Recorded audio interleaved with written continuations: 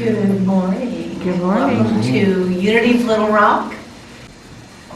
I'm Reverend Beverly Pryor, which everybody in the room knows that, and those of you who are watching online.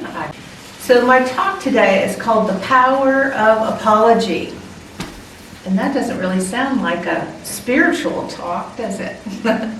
But it ties in with this month's topic of Ho'oponopono prayer.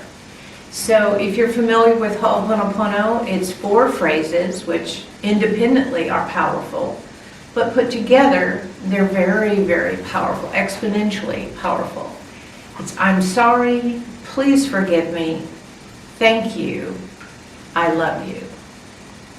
Last week, Reverend Russ introduced us to Ho'oponopono, and he began with I love you. You can use these if you look up Ho'oponopono out there in the world. These phrases are moved around. Sometimes people say, I love you, I'm sorry, please forgive me, thank you. It doesn't matter which order. This is the order that I learned them in, but it doesn't really matter which order. They're just a powerful group of phrases, and they have an ancient history, actually. So this woman, her name is Morna Namalaku Siminoa, and she was the person who introduced Dr. Hugh Lin to this concept of Ho'oponopono prayer. She was actually a kahuna, which is an ancient healer back in Hawaii. She was from a long lineage of kahunas. And so this is what she says, and you'll find this quote very familiar. If we can accept that we are the sum total of all past thoughts, emotions, words, deeds, and actions, and that our present lives and choices are colored or shaded by this memory bank of the past, then we begin to see how a process of correcting or setting aright can change our lives, our families, and our society.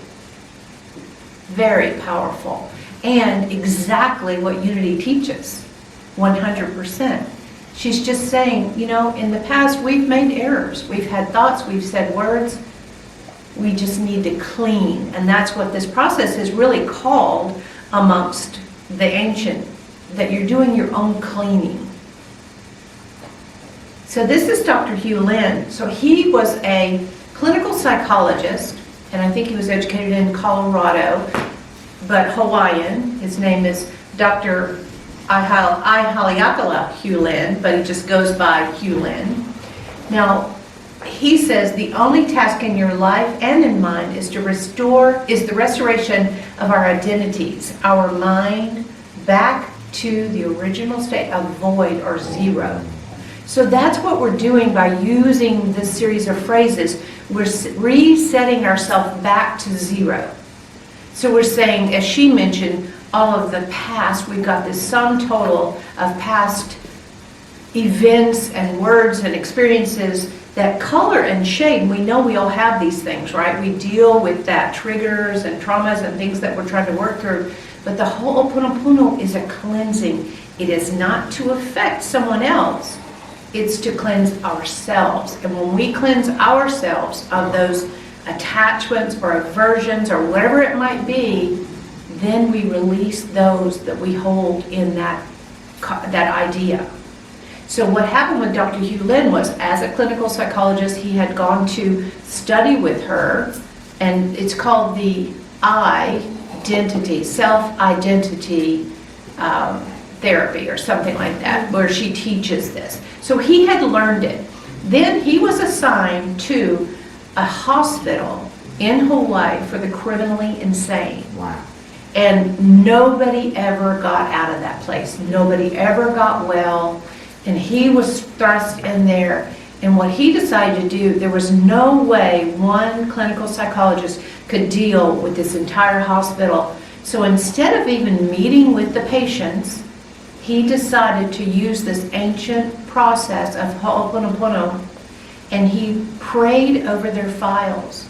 Not prayed for them to change, but prayed that Ho'oponopono prayer, which cleaned his energy, cleaned his psyche, cleaned his essence. It cleaned his idea that they were criminally insane. He just repeated, I'm sorry. Please forgive me. Thank you. I love you. And do you know that people began to be healed and get out of that institution? And there were so few people in the criminally insane institution in Hawaii, they had to shut it down. There were only like a few, like a very small few that did not see this transformation. So when this got out, he became very popular, but it's so funny, you can go on YouTube and you can find, there's a series of 9 interviews with him that I've watched so many times, but he's very matter of fact about it. You're not trying, because people will try to say, well, can you use it on this, can you use it on that? And he's like, you just clean. That's all you do. You clean. You clean yourself. You don't worry about what you're trying to affect change for. You just do your own work. So that is very powerful. So you're trying to get back to zero, back to no idea one way or the other, positive or negative, no perception. And so in Matthew, this is a very biblical thing. So in Matthew 5:23-24, it says, so when you are offering your gift at the altar, if you remember that your brother or sister has something against you, leave your gift there before the altar and go. First be reconciled to your brother or sister, and then come offer your gift. Then offer your gift. Now it doesn't say if you're holding something against them, right? You know you got to do that work. But if they're holding something against you, go and make it right. In the 12-step program, we call it making amends, right? Whatever program you're in, if you're in a 12-step, you know that making amends is a really critical and one of the hardest things for many people to do. But go and do that before you bring yours, whatever your gift is, to the altar. Do as what Dr. Hugh Lynn calls, do your cleaning. I like this graphic. I'm sorry, please forgive me, thank you. Wow. Thanks, Joy. So I'm sorry. Anybody in this room ever had a hard time saying, or anybody out there in the virtual world had a hard time saying, I'm sorry? Yeah. Yeah. At one time or another, we've all struggled with saying, I'm sorry. Because, why? Our ego gets in there and says, well, but, you know, it's me, yeah, I was right. Because we need to be right? Yeah, we think we do. And it's so important to us that our ego gets in there and won't let us make that connection back. We're here as human beings to be connected to one another. If you can say, I'm sorry, you can repair and you can reconnect regardless of the situation. But I'm sorry is really hard. I never heard my dad say that my whole life. I'm wrong, I'm sorry, any of those things. And you know, it was frustrating at times because you know that he did lose his temper, he did yell, he did do things, he, you know, back when I was little enough to spank, probably overspanked a little bit. But did he ever say, I'm sorry I did that? No. And I'm not criticizing him, I'm saying it doesn't make you wrong to say, I'm sorry. To own whatever it is that you might have done, or unintentionally. Most of the time we unintentionally harm one another, and when we feel hurt, if we really looked at the situation, people are not really intentionally hurting us, but it feels that way sometimes. So why can't people apologize? Because it's stressful, emotionally stressful to apologize. This is a list from ideas at TED.com, if you ever watched a TED Talk. This is psychologist Gary Winch, his work. He says shame, guilt, if we've done something, we've misspoken. Sometimes it's really hard to say, you know what, I misspoke. I don't know why I commented about your beard. I'm not the one, actually, who commented about Russ's beard, but he brought that up last week. But whoever said you look better without a beard didn't really mean to detract from your looks with your beard, right? I mean, they just said what was, whatever thought went through their head. And they might not have even meant it. I know my mom would always say things to people who had beards because she liked a clean shaven face. It was never about that person. It was about her preference. And why does she have that preference? Because in our puritanical society, we kind of have, not that we all are puritanical, but we went through this big Victorian era where everybody had to be, all prim and proper and shaved. But now you see more and more facial hair even in the boardrooms. So it used to be, even in Unity, they used to say women couldn't wear open-toe shoes, you had to wear pantyhose, you always had to wear a skirt, you couldn't be casual. That's crazy. If I came into this room in a suit, wouldn't you couldn't even relate with me because we're casual here. We want to be relatable. We want to be able to identify with the person. You can't wear a pantsuit because you're a woman. That's exactly true. You had to wear a skirt. And that wasn't that long ago, really. That was like within maybe a decade or Yeah. The 70s. 10 or 15 years. Really wasn't that long ago. Definitely, well, no, in the 90s even. Oh, that's right. Because I didn't Yeah. even start my Unity path until the 90s.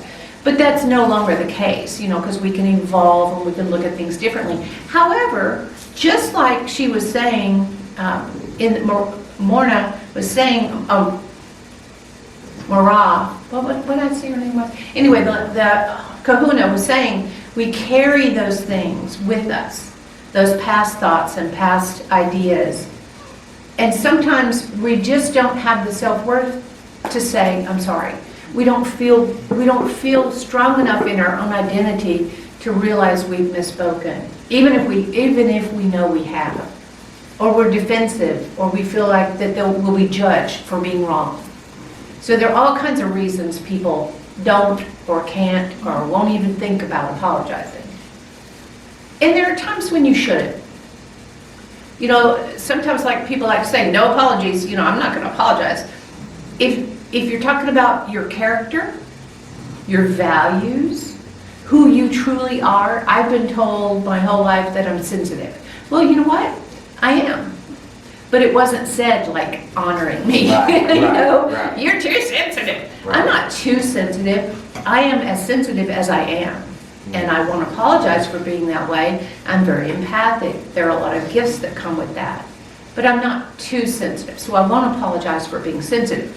However, I do have to own the difference between being sensitive where I have those feelings, or if I make those feelings about someone else. That's the line I should never cross, right? They're my feelings. Nobody made me have them. Nobody gave them to me, and nobody caused them. I'm having them myself. But that's something to learn, to own that, those are my feelings, and I need to know where to place them, which is the responsibility that I have. Fake apologies are rampant. And this actually came from Psychology Today, this Dan Newhart. He's really talking, in this article is really talking about how narcissists apologize. So we're not trying to label anybody. We all have used these at one time or another. Misguided, but we've used them. The minimizing, I was just kidding. When you say something rude to somebody and you hurt their feelings, I was just kidding. And you want them to get over it because you were just kidding. But their feelings are still hurt. That's not an apology. I'm sorry if you think that or if you feel that way. Ooh. The blame shifting. You know that we've felt that before and we've done it. Come on, let's admit it. We've all done it. I'm sorry if that hurt your feelings or whatever. That's not an apology. I already said I was sorry. That is not an apology. Deja vu all over again. Because when you don't own the responsibility for whatever the action or the words or whatever, you're going to repeat it. That's the whole point. So all this whitewashing, I probably shouldn't have said or done that. Or I guess I owe you an apology. That's not an apology. I guess I owe you one. So if it'll make you feel better, I'm going to give you that little handout of an apology. That's not an apology. That's not the I'm sorry. That is the powerful healing salve of the Ho'oponopono. What's wrong with this apology? I'm sorry for the things I've said when it was winter. Blaming. Am I sorry? No. For the things I said. Number one, it's not specific. The things I said when it was winter. Well, winter's coming again, you know? So watch out because it's winter. And that maybe somebody who has seasonal affective disorder and maybe they're really sad in winter and maybe that is a really, but that's not, it's not owning what the situation is. It's just a vague It's a reference. cloudy day and I was down in the dumps myself, so I said it. Right, I think using whatever as an excuse, any kind of, blame it on something else other than we own it. Yeah, maybe it was a cloudy day and we were sad, and that's what we need to share, is that we said or did something because we weren't in touch with our own feelings, not because the day was cloudy. You know, it's like I wasn't really aware. My awareness was not on what was going on with me, and I just passed on my yuck to you. But an effective apology is a specific apology. And you really have to acknowledge the harm. And you can tell when you've said something. You know, you can watch somebody's face shift, you can watch their body, you can even feel their energy sometimes. But you have to take responsibility and recognize the wrongdoing. Let them know that you regret. And then promise not to repeat it. No to repeat. Promise not to repeat. But don't promise if you can't do it. If you can't really commit, don't make a promise you can't commit to. That's the worst thing in the world. Your integrity goes out the window. We all know that. But and the last one is give an explanation. Again, that's something you have to be careful with because it has to be an explanation, not an excuse, like the cloudy day, right? Because the days are going to be cloudy sometimes. You can't use that as an excuse, but if you explain what is really going on with you, that's actually an opportunity for connection. When you give the explanation, you're not making an excuse for what I did. Like my brother said one time after one of his outbursts, well, I'm just a a-hole. Sorry, I'm just an a-hole. Well, sorry meant nothing, and I'm just means I will repeat my behavior because that is my identity, right? So that's not an apology, and it's not an explanation. It's just a choice at that point. So this came from a book called Apologies by Marshall Wagner. So in talking about I'm sorry, I just took liberties. This is not, Ho'oponopono is not about effective apologies. It's about your own work within yourself, right? So when you're doing, I'm sorry, please forgive me, you're also talking to yourself about yourself. I'm sorry that I didn't have the skills to discern one thing from another. I'm sorry that I didn't yet learn how to communicate well. I'm sorry to myself that I wasn't in touch with feelings. I didn't have a vocabulary of feelings. Whatever it was that put you in a situation where maybe we weren't our best, because we're evolving all the time. When we have a new awareness, then we have the opportunity to apply a new learning. But when we don't know, we really do have to forgive ourselves and give ourselves the compassion and the grace that we would give another. In James 5:16 it says, therefore confess your sins, and back to what the Kahuna said and what we in Unity call error thoughts, words, and deeds. Therefore confess those error thoughts, words, and deeds to one another and pray for one another so that you may be healed. We want to release ourselves of this condemnation and judgment and frustration with one another. The prayer of the righteous is powerful and effective. And righteous not in rightness. Righteous as in I'm doing my work, I'm sincere, I have integrity. I'm not perfect, I will make mistakes, and I'll be willing to apologize when I do. And I'll be honest and forthcoming. And then I can relieve myself of that aversion or that attachment, and then I can let it be. And I can be healed, and when I'm healed, then others can be healed in my presence. And that's when our prayers are effective. So your practice this week, because I like to give practices, and Russ has started doing that, so I like that too, because I try to do it when he gives us a practice, is just say I'm sorry. But not just offhanded. You know, I was telling Russ that in my house right now, my great nephew, who's 20, is living there, and his girlfriend as well. And so she was saying to me the other day, I just walked into the kitchen, she said, "Oh, I'm sorry." And I said, "For what?" And she said, "Oh, I don't know, I just say I'm sorry, I'm sorry." I'm like, okay, well, you know, you weren't doing anything, so you don't have anything to apologize for. And then later, I guess I said I'm sorry to her, and she goes, "See, you apologize a lot too." And I said, "Oh, thank you for pointing that out. I wasn't aware." So those little, "I'm sorry, you know, don't be mad at me, I'm sorry, I'm sorry, I'm sorry," preemptive I'm sorries, they're useless. They don't mean anything, right? It's just a habit that we get into. But a true I'm sorry, again, is specific. It comes with responsibility for the action, intention to change. But in this case, be still and listen. Just do your meditation time. She invaded your space. No, she didn't invade my space. It was the kitchen. Yeah, the kitchen is the kitchen. That's shared space. Yeah. If I walked in and she was in my bedroom, yeah, she might need to say I'm sorry, because we don't do that, right? And I do the same with them. I don't go in their bedroom without permission. They don't come into mine. But anyway, Yeah. if you allow yourself to open up to the world of apology, doesn't have to, if I'm sorry triggers you and you don't want to say I'm sorry, you can say I apologize. That's more generic and doesn't have a little charge to it.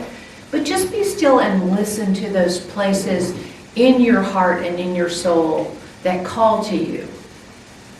And if you've been in a 12-step program, you might call it amends. Where do I need to make amends? Where have I left something sitting that I could actually release?